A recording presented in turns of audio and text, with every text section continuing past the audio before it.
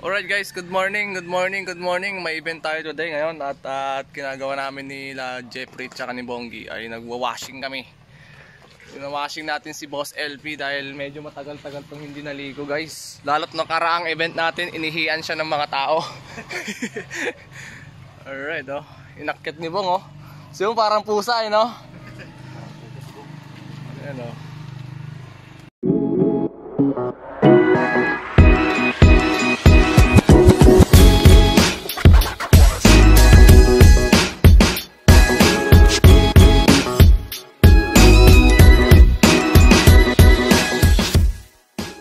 Alright guys, so naglo-loading na kami. Yung unit 1 natin ang dadalhin natin doon. And syempre, our VLTG, dadalhin natin doon. Napunasan na rin natin. Napunasan dyan na to? Okay, so loading na tayo guys. Let's get it on. Kakasya natin guys.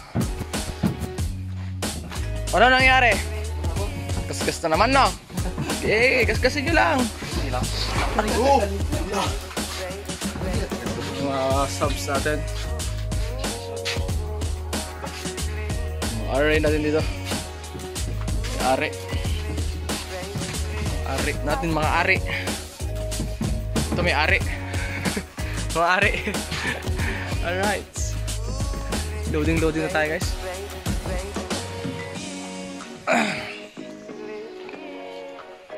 Alright guys, so TW na tayo ng Agno, Pangasinan. At syempre kasama natin si Jeff, si Bongi, si Anjo, at syempre si DJ Koy, which is mapipikapin na lang natin sa bahay mamaya kasi galing pa siyang Alaminos from Ordaneta. Doon na lang tayo para hindi na siya umakyat dito sa Upland area. So syempre late pa naman mag-start yung program, kaya medyo makakapag-chill muna tayo. Tsaka marami naman tayo mga tol, kaya mabilis yung setup natin. Let's go! Alright guys, bababa na tayo nag-zigzag. Yan. Siyempre, kasalukuyang pa rin ginagawa ang ating road widening. Napananda ang ating kalsada dito sa zigzag. At siyempre, dahil dumadami ang mga sasakyan, napaganda yung ating mga kalsada. Ayun o. Alright guys, dito na tayo sa expressway. Mabilis ang daan para sa papuntang Agno. Expressway mga friends.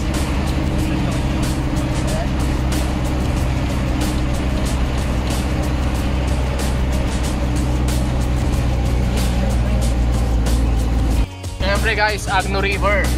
Ayan, oh. The longest river. Agno River mga friends. Pinayos na lang tayo mga tol pagdating na namin ng port. A few inches later. Isang garot ko sa likod. Bakit? Yung dalawa guys nasa likod kanina eh. Oh, Ferris wheel daw. Right, touchdown tayo ulit dito sa Agno for the coronation night later. So, set up natin dito. Kabila ang setup ng speaker natin. Parang yung dating gawin lang din natin, pero syempre mas ano yung dala natin. At sila pinaba right. puro tawag nila. Habang namupuan nila. Sa kaporma na speaker natin dito. Kabilaan. Setup natin. Array. Alright. Ito na ang techpot natin guys. More moments later. Well guys, time check tayo 3:30. Naka-techpot pa tayo dito guys. Stage natin okay na lang. Okay na din pala. Okay na din. At syempre, ginamit natin yung VLTG. Yan. Ang tungo na itong ilaw natin guys.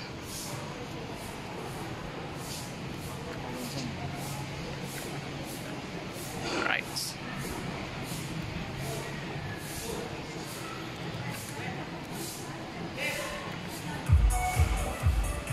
Yan.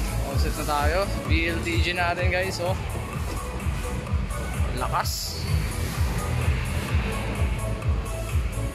Alright.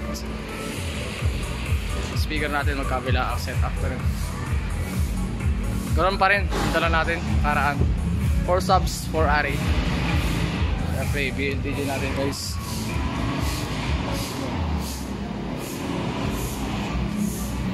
BLTG 3VNA 380. Ito ata mga mamaya mo tol, mga titigdalagan nila ng design, karagdagang design yung mga nasa floats. Big tayo dito. Yung frontals natin 8 par LEDs, tapos yung audience light natin.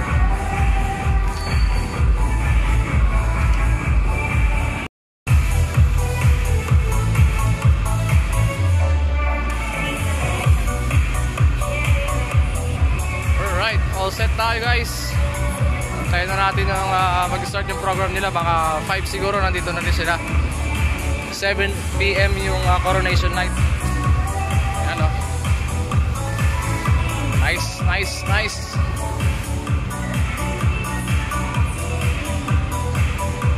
Right.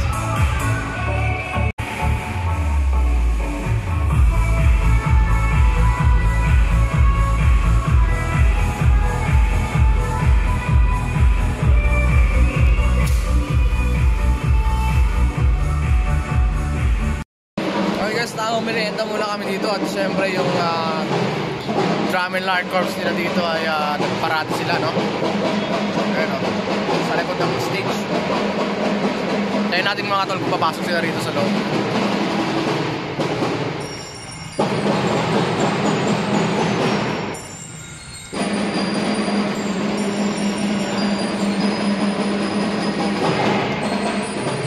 Alright guys, so ito na yung setup natin ng Galawang BLTG 380. Yan o, nakitang-kita nyo naman mga tol yung race nya, napakalalaki. 380 watts mga tol, BLTG. Hey, 1, 2, 3, pagita ako eh. Yan, sobra, sobra. Yan, 1, 2, 3. Isa pa, 1, 2, 3. Alright. Pambirang BLTG yung mga tol, oh. 380 lang yan. 380 lang yan. Alright. Yan yung BLTG natin mga tol. Napaka-solid talaga. Kaya kung ako sa inyo mga tol, bili na kayo. Mura lang yan. Oh, bilhin. Alright guys, BLTG guys.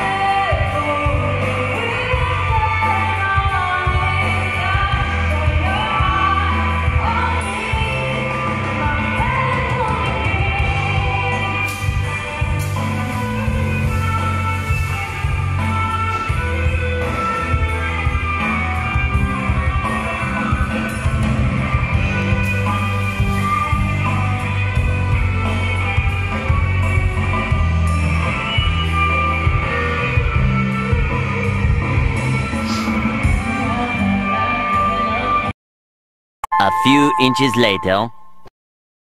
Alright guys, time check tayo, 6:49. At nagsisitatingan na rin yung mga tao rito. Alright. Kumakain din kami mga tol. Mild music lang tayo. Alright guys, so exactly 7:24. Ayan, may start na rin yung program natin dito mga tol. So inuulit ko po sa ating pong mga learners, pwede na po tayong pumila dyan sa likod. I-assist po tayo ng konti lang din yung mga tao dahil mga bata lang dito. And at the same time, pinapaalalahanan din po ang ating pong mga parents na pag meron pong mga nagsasalita or meron pong mga ginagawa po dito po sa stage, iwasan po sana natin na patakbuhin ang ating mga anak sa gitna po ng ating class.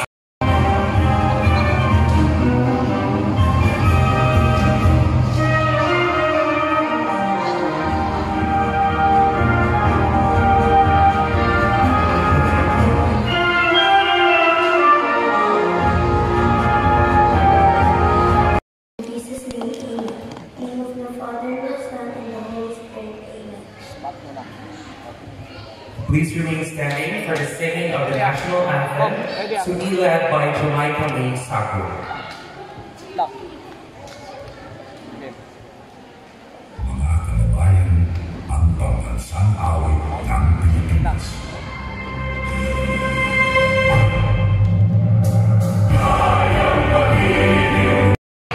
I feel very much proud of the accomplishments of our institution has made.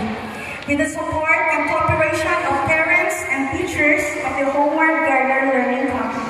Because since then, when we trusted so much the opportunity to develop and nurture the young minds of our school children.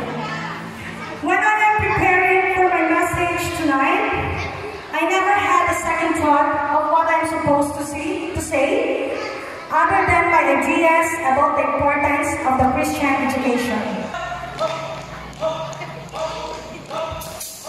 Royal Guards symbolize peace and protection. They stand guard to make the royal residents feel safe, protected, and always in good hands. Royal Guards also symbolize loyalty and royalty. Very appropriate to witness, indeed, as this night is full of glamour, elegance, and pleasure as we celebrate the success of one another and this joyous day and night. Yan mga tol, oh. So ilan lang din ang tao. Private school kasi ito mga tol. We have Mr. and Mrs. Carlito L. Ramos Yung Jr. former king mga tol is pamangkin ko pala. Hindi ko alam, dito pala nag-aaral yung pamangkin ko. Yan yung pinsan ko eh, sila Jano. Yung former king. Alright. Alright guys, awarding.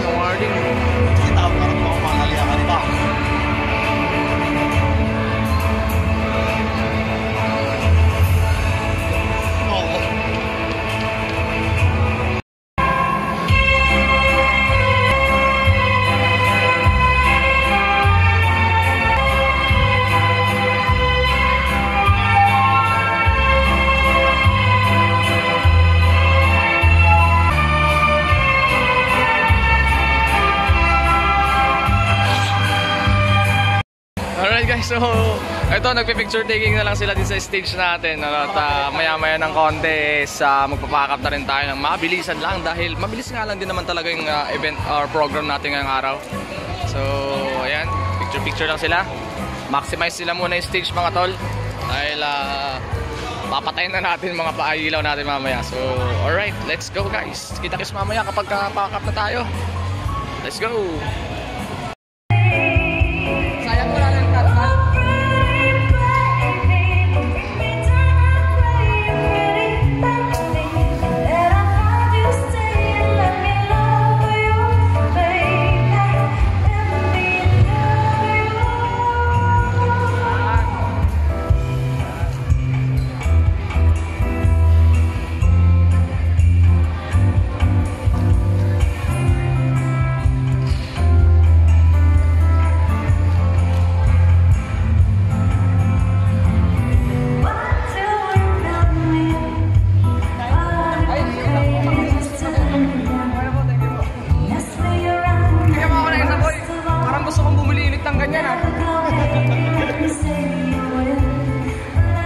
Picture? Okay guys, pack up na tayo. Nagkalat na naman sila dito. Parang ano yung barginan? Parang bargain ah. Boss, bili na kayo boss. 1.5 na lang boss oh. Alright. Kalat to.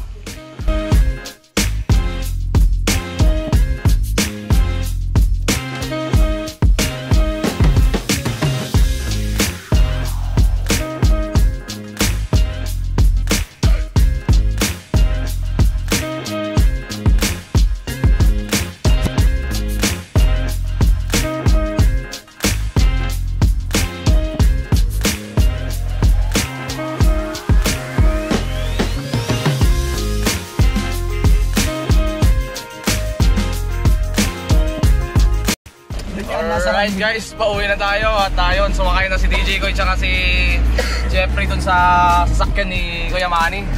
Nag-photographer din siya kanina dito mga tol. Convoy na tayo, let's go! Alright guys, so nauna na si Kuya Manny. Sumakay na rin dun si Jeffrey para may kasama siya. Dadat na lang siya sa bahay. So si DJ ko at saka si Bonggi kukunin naman yung motor doon. Kita tita. Yan sa Centrum. Yan. Rest na lang tayo mamaya mga tol. Let's go. Guys, so nakauwi na kami dito sa bahay guys. And syempre, alright. Matutulog muna kami, hindi na kami magbababa ng gamit dahil mamaya is piyesta na natin.